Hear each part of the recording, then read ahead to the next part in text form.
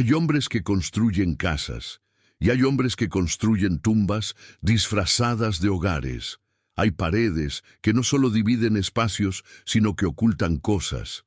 Y hay cimientos que no se asientan sobre tierra, sino sobre secretos que pesan tanto que el edificio entero se inclina hacia ellos, como si la gravedad misma supiera lo que hay debajo y quisiera arrastrarlo todo hacia ese lugar oscuro donde nadie debería mirar. Esta historia comienza en Monterrey, Nuevo León, en el año de 1896, cuando la ciudad crecía rápido, cuando cada semana se levantaban nuevas construcciones, y cuando un albañil llamado Vicente Salazar era conocido por hacer el mejor trabajo de la zona. Sus edificios nunca se agrietaban, sus muros nunca se derrumbaban, y nadie, absolutamente nadie, preguntaba por qué. ¿Alguna vez has estado en una casa y has sentido que algo está mal? No la decoración, no el olor, algo más profundo, como si los muros mismos estuvieran incómodos, como si el espacio quisiera expulsarte, como si la construcción supiera que no deberías estar ahí porque fue hecha para otro propósito. Hay casas así en Monterrey, casas viejas del siglo XIX que todavía están en pie, pero que nadie habita por mucho tiempo. Casas donde las familias se mudan con ilusión y se van a los pocos meses, más pálidas, más delgadas, con miradas que no pueden enfocarse del todo. Y cuando les preguntas por qué se fueron, solo dicen que no pudieron dormir, que escuchaban cosas, que sentían presencias, pero nunca dicen exactamente qué escuchaban, porque las palabras no alcanzan para describir ese tipo de horror. Vicente Salazar era un hombre grande, manos como palas, espalda ancha de cargar bultos de cemento durante décadas. Tenía 52 años cuando pasó lo que voy a contarte. Había trabajado en la construcción desde los 14, conocía su oficio mejor que nadie, sabía exactamente cuánto peso podía soportar una viga, sabía qué mezcla de cemento usar para cada tipo de clima, sabía dónde poner los cimientos para que una casa durara generaciones. Y sabía otra cosa, algo que nunca le dijo a nadie. Sabía que para que una construcción fuera realmente sólida, para que resistiera no solo el tiempo, sino también el olvido, necesitaba algo más que materiales. Necesitaba un sacrificio, necesitaba un ancla, necesitaba algo vivo que dejara de estarlo justo en el momento en que la última pared se cerrara. Antes de continuar, antes de que te cuente los detalles de lo que Vicente hacía en sus obras, necesito que entiendas algo. Esta historia no es para personas que quieren dormir tranquilas esta noche. No es para quien busca un entretenimiento ligero antes de cerrar los ojos. Si te quedas, si decides escuchar hasta el final, algo va a cambiar en ti. Algo pequeño pero permanente, y si sientes que esta historia te eligió, que hay una razón por la que llegaste aquí esta noche, suscríbete. No por el contenido, por el pacto, porque reconocer que hay oscuridad es más honesto que fingir que todo está bien. Vicente comenzó con animales, gatos callejeros, perros vagabundos, los atrapaba de noche, los metía en sacos, y cuando construía los cimientos de una nueva casa, antes de que el cemento se solidificara, los dejaba caer adentro, vivos, moviéndose, arañando, tratando de salir mientras el cemento los cubría. Y cuando el cemento se endurecía, cuando la mezcla atrapaba sus cuerpos en posiciones retorcidas de desesperación, Vicente sentía algo, una conexión, como si la construcción hubiera cobrado vida, como si los muros supieran que tenían un propósito más profundo que solo sostener techos y proteger de la lluvia. Pero los animales no eran suficientes. Vicente lo supo después de unos años. Las casas que construía con animales en los cimientos eran sólidas, pero no perfectas. Todavía se agrietaban con el tiempo. Todavía tenían problemas, y Vicente era un perfeccionista. Quería construir algo eterno, algo que desafiara no solo al tiempo, sino a la muerte misma. Y para eso necesitaba algo más, necesitaba personas. El primer vagabundo desapareció en 1887, un hombre sin nombre que dormía en las calles del barrio antiguo. Nadie lo extrañó, nadie preguntó por él, y Vicente lo sabía. Sabía identificar a las personas que nadie echaría de menos, los invisibles, los olvidados, los que ya estaban medio muertos antes de que él terminara el trabajo. Los atraía con promesas de comida, de trabajo, de un lugar caliente donde pasar la noche. Y cuando bajaban la guardia, cuando confiaban, Vicente los llevaba a sus obras, a esos sótanos oscuros donde el cemento esperaba ser vertido.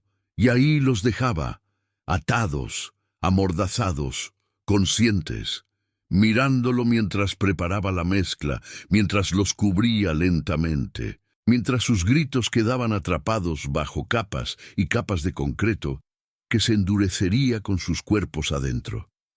Durante 9 años, Vicente construyó 17 edificios en Monterrey. Casas, tiendas, un hotel pequeño. Y en cada uno de ellos, en algún lugar de los cimientos o dentro de alguna pared, había alguien que había dejado de gritar, pero que nunca dejó de estar ahí. Y las construcciones eran perfectas, nunca se agrietaban, nunca tenían problemas estructurales. Los dueños estaban encantados. Vicente era solicitado, bien pagado, respetado. Nadie sospechaba nada, porque ¿quién sospecharía que el hombre que construye tu casa puso a alguien dentro de las paredes? Pero había señales, siempre hay señales. Las personas que vivían en esas casas reportaban cosas, sonidos en las paredes, como arañazos, como si algo estuviera tratando de salir. Voces apagadas que parecían venir de muy lejos y muy cerca al mismo tiempo. Manchas de humedad que aparecían sin explicación, siempre con la misma forma, siempre pareciendo rostros gritando. Y sueños, todos tenían los mismos sueños, sueños donde estaban atrapados, enterrados vivos, sin poder moverse, sin poder respirar, sintiendo el peso de algo sólido presionando cada centímetro de su cuerpo, mientras la oscuridad los consumía lentamente. Vicente sabía que eventualmente alguien descubriría la verdad. Sabía que su secreto no podía durar para siempre. Pero no le importaba, porque para entonces ya había construido suficiente, ya había dejado su marca, ya era parte permanente de la ciudad. Y de alguna forma retorcida, eso le daba satisfacción. Sabía que mucho después de su muerte, sus construcciones seguirían en pie, y dentro de ellas sus secretos seguirían esperando ser descubiertos, esperando el día en que alguien derribara una pared y encontrara lo que no debía estar ahí.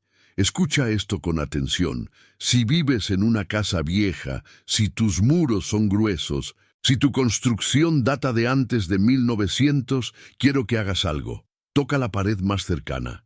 Ahora, tócala y siente su textura, siente su temperatura. Y pregúntate, ¿qué tan seguro estás de que detrás de ese muro solo hay ladrillo y cemento?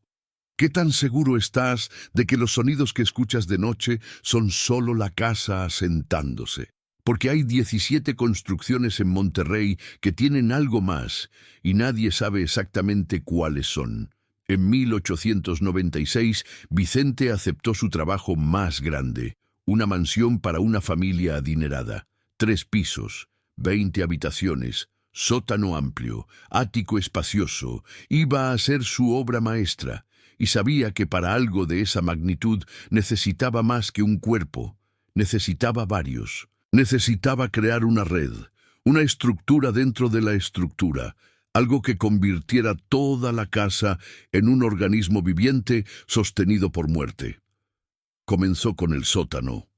3 vagabundos, uno en cada esquina, enterrados en vertical, de pie, como columnas vivientes antes de que el cemento los cubriera. Continuó con las paredes del primer piso.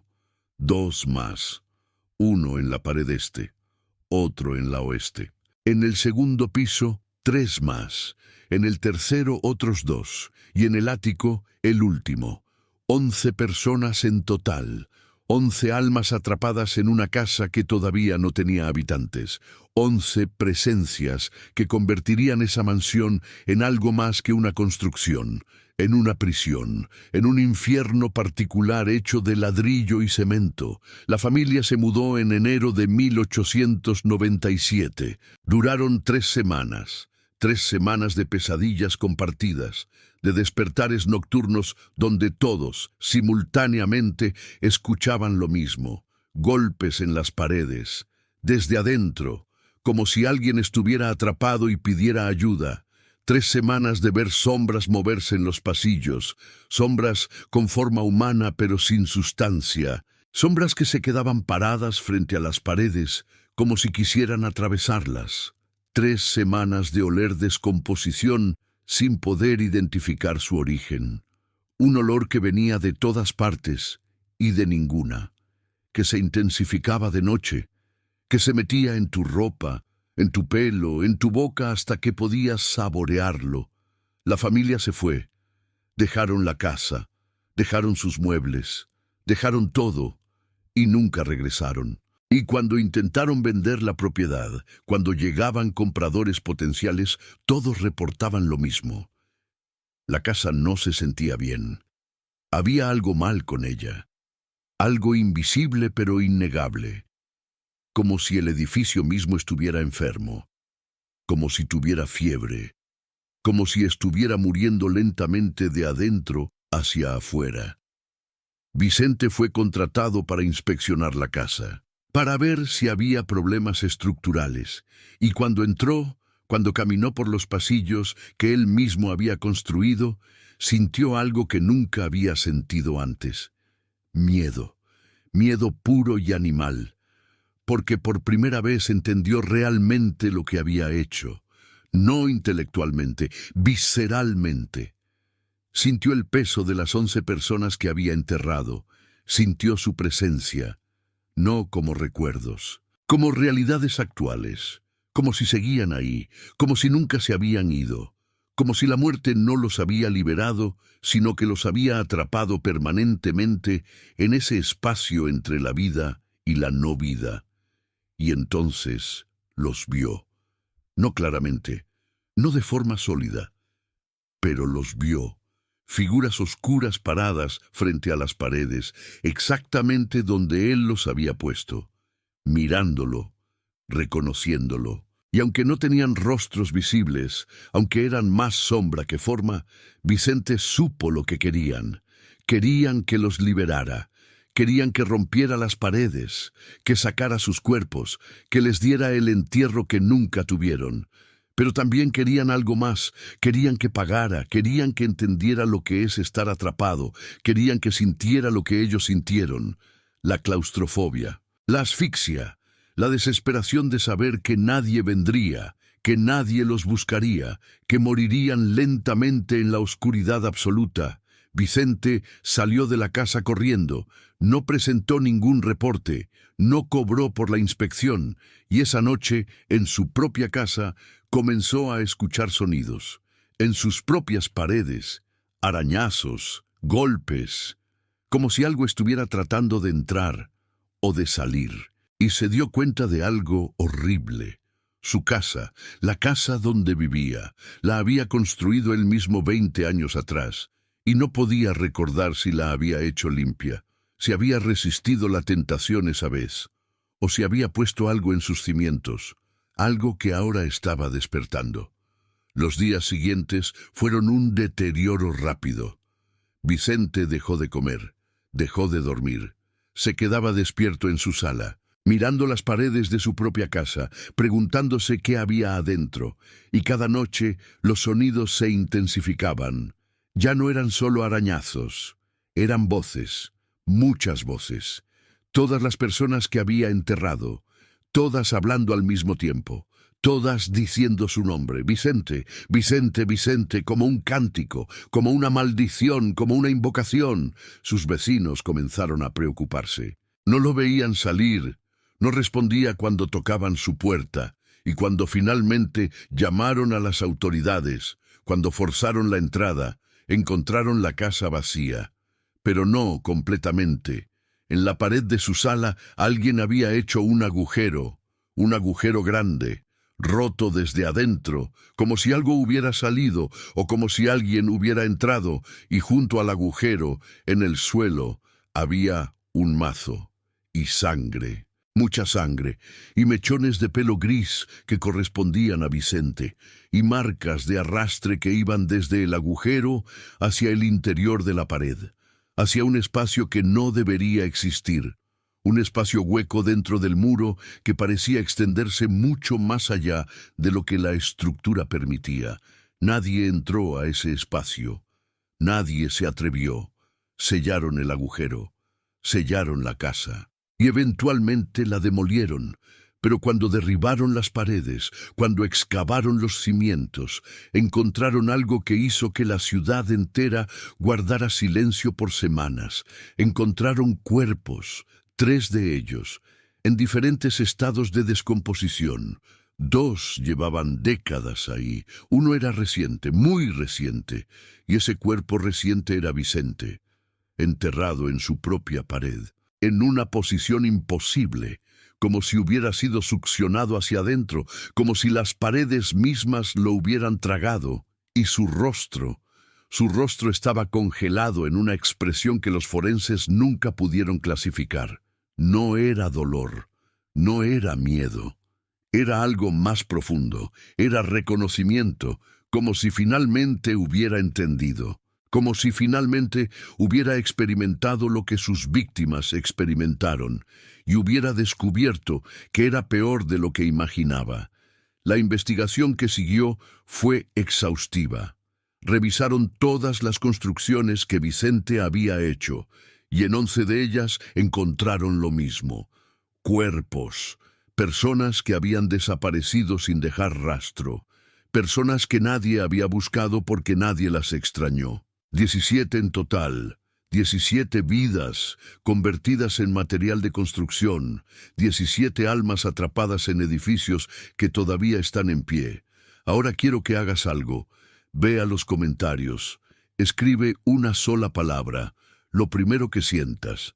No lo pienses, solo déjala ahí, porque esa palabra es tu forma de cerrar este círculo, de marcar que esta historia te tocó de alguna manera. Y si conoces a alguien que viva en una casa vieja en Monterrey, alguien que reporte sonidos extraños, alguien que no pueda dormir sin saber por qué, comparte esto.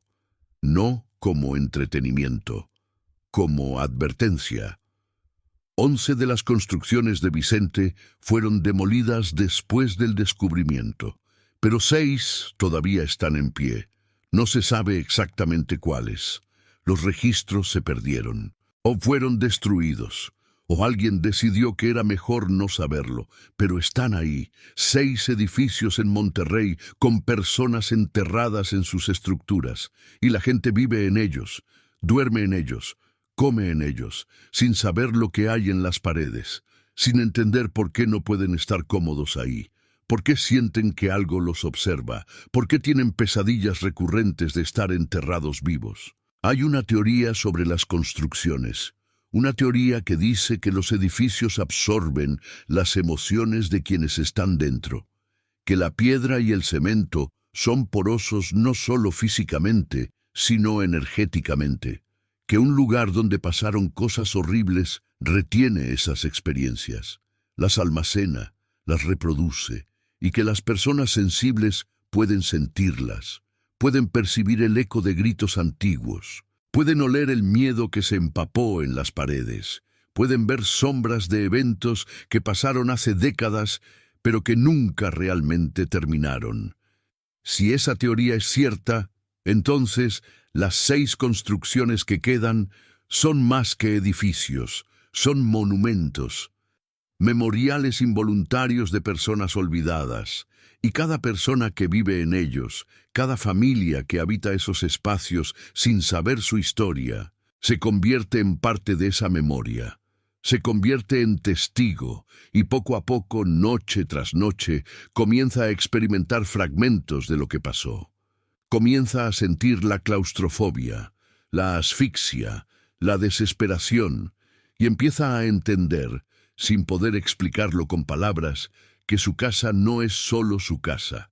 Es también una tumba, una prisión, un lugar donde algo terrible pasó y nunca fue resuelto. Esta noche, antes de dormir, escucha tu casa. Escucha cómo cruje, cómo se asienta, los sonidos normales de cualquier construcción, pero escucha con atención. Escucha si hay algo más, algo que no encaja, un ritmo que no es aleatorio, un patrón que sugiere intención. Porque a veces, lo que creemos que son sonidos normales, son en realidad intentos de comunicación. Intentos desesperados de algo atrapado de decir, estoy aquí, todavía estoy aquí. Por favor, alguien, sáquenme de aquí. Y si esta noche escuchas algo, si despiertas a las 3 de la madrugada con la certeza de que alguien está tocando tu pared desde adentro, si sientes la tentación de tomar un martillo y hacer un agujero para ver qué hay, no lo hagas. No todavía. Porque si realmente hay algo ahí, si realmente hay alguien atrapado en tus muros, liberarlo no será tan simple como romper cemento. Será abrir una puerta que ha estado cerrada durante décadas, y no sabes qué más podría salir cuando lo hagas. No sabes si lo que está atrapado ahí todavía es humano, o si se ha convertido en algo más. Algo que ha estado solo en la oscuridad durante tanto tiempo que ha olvidado cómo es la luz, y que te culpará por dejarlo ahí, por vivir sobre su tumba sin saberlo, por ser cómplice de su prisión solo por existir en ese espacio. Las 6 construcciones siguen ahí, en algún lugar de Monterrey, y quizá, solo quizá, tú estás en una de ellas ahora mismo. Quizá esa pared que ves todos los días tiene más que ladrillos. Quizá esos sonidos que has aprendido a ignorar no son solo la casa asentándose. Quizá esa sensación de no estar solo aunque vivas solo no es paranoia. Y quizá, solo quizá, deberías empezar a prestar atención. Porque quien está en tus paredes ha estado esperando mucho tiempo, esperando que alguien lo note, esperando que alguien lo libere. Y ahora que sabes que es posible, ahora que entiendes que podría ser real, ya no podrás ignorarlo tan fácilmente. Duerme bien esta noche, si es que puedes, y si escuchas tu nombre, si escuchas una voz que no reconoces llamándote desde algún lugar dentro de tu propia casa, no respondas. Porque responder es reconocer, y reconocer es dar permiso, y dar permiso es abrir una puerta que Vicente Salazar cerró hace más de un siglo. Una puerta que nunca debió abrirse, y que una vez abierta ya no puede cerrarse de nuevo.